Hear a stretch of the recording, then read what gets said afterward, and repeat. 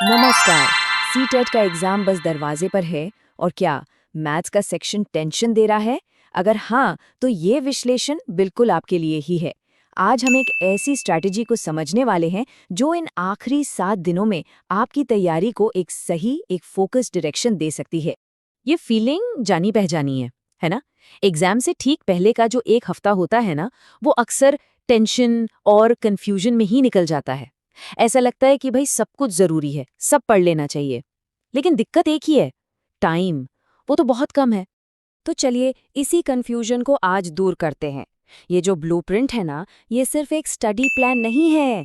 नहीं, ये एक स्मार्ट तरीका है जिससे आप अपने वक्त का सबसे बेस्ट, सबसे एफिशिएंट इस्तेमाल कर सकते हैं।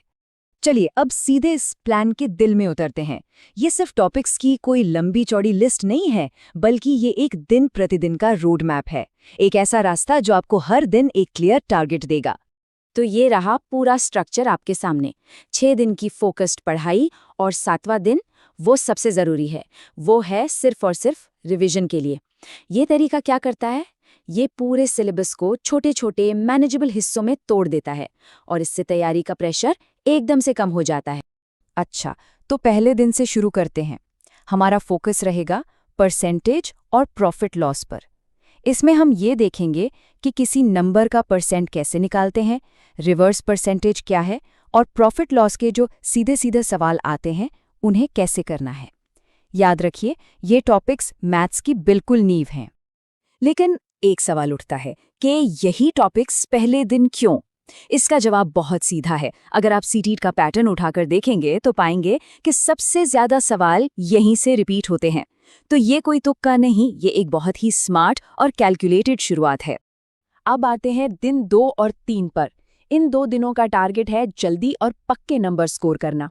इसलिए हम रेशियो, एवरेज, एलसीएम, एचसीएफ और सिंप्लीफिकेशन जैसे टॉपिक्स पर फोकस करेंगे, जो स्कोरिंग के लिहाज से मतलब सोने पर सुहागा हैं। और इन टॉपिक्स को प्रायोरिटी क्यों देनी है? क्योंकि इनकी कैलकुलेशन ज्यादातर आसान होती हैं और मार्क्स मिलने के चांस लगभग 100% होते हैं। ये वो रणनीति है जिससे आप कम टाइम में ज्यादा से ज्यादा फायदा उठा सकते हैं। ठीक है, अब हफ्ते के बाकी दिनों में हम दूसरे जरूरी एरियाज को कवर करेंगे। चौथे दिन टाइम, वर्क, स्पीड, डिस्टेंस। 5वें दिन ज्योमेट्री और मेंसुरेशन के सारे फॉर्मूले और छठे दिन अलजेब्रा। एक बात ध्यान में रखिए, इन टॉपिक्स से सवाल आना लगभग गारंटीड होता है। अभी तक हमने ये देखा कि क्या पढ़ना है, लेकिन अब हम इस स्ट्रैटेजी के सबसे जरूरी हिस्से पर आ रहे हैं कि कैसे पढ़ना है, और शायद उससे भी ज्यादा जरूरी कि क्या नहीं पढ़ना है। सच कहूं तो यही वो एक सोच है जो एक टॉपर को बाकी सबसे अलग करती है। कामयाबी इस पर डिपेंड नहीं करती कि आपने कितना कुछ पढ़ा, बल्कि इस पर करती है कि आपने गैर जरूरी चीजों को कितनी समझदारी से छोड़ा, ताकि आप जरूरी चीजों पर फोकस कर सकें। और ये स्लाइड इस बात को एकदम साफ कर देती है। एक तरफ वो चीजें हैं जिनसे आपको बचना है, बहुत लंबी कैलकुलेशन वाले सवाल या कोई एकदम नया टॉपिक उठा लेना, और दूसरी तरफ वो टॉपिक्स हैं जिन्हें आपको बार बार, कम से कम 2 बार तो दोहराना ही है, जैसे प्रतिशत, अनुपात और ज्यामिति के सूत्र। यही क्लैरिटी आपकी कामयाबी की चाबी है।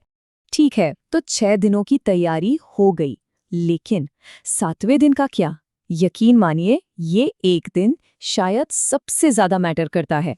इस आखिरी दिन के लिए बस एक नियम है, एक गोल्डन रूल, और इसे तोड़ने की गलती तो बिल्कुल भी नहीं करनी है। ये वो नियम है जो आपकी पूरी रणनीति को एक साथ बांधता है। और वो नियम ये है कि आखिरी दिन कुछ भी नया नहीं पढ़ना है, सिर्फ और सिर्फ रिवीजन। जो भी आपने इन 6 दिनों में पढ़ा है उसे दोहराना है, खास तौर पर फॉर्मूले और जरूरी सवाल। ये आपको लास्ट मिनट की घबराहट से बचाएगा और आपका कॉन्फिडेंस आसमान पर पहुंचा देगा। तो जैसा हमने देखा, इस पूरे प्लान की असली ताकत सिर्फ इसके टॉपिक्स की लिस्ट में नहीं है। नहीं, इसकी असली ताकत है इसकी स्ट्रेटेजिक सोच में, ये समझने में कि क्या जरूरी है और क्या सिर्फ शोर है जो आपका ध्यान भटका रहा है। तो आखिर में मैं आपके लिए एक सवाल छोड़ रहा हूं। किसी भी प्लान की असली ताकत क्या होती है? वो स्टेप्स जो आप उसमें शामिल करते हैं, या वो फालतू की चीजें जिन्हें वो प्लान आपकी तैयारी से हटाने में मदद करता है? इस पर सोचिएगा जरूर। आपकी परीक्षा के लिए बहुत बहुत शुभकामनाएं।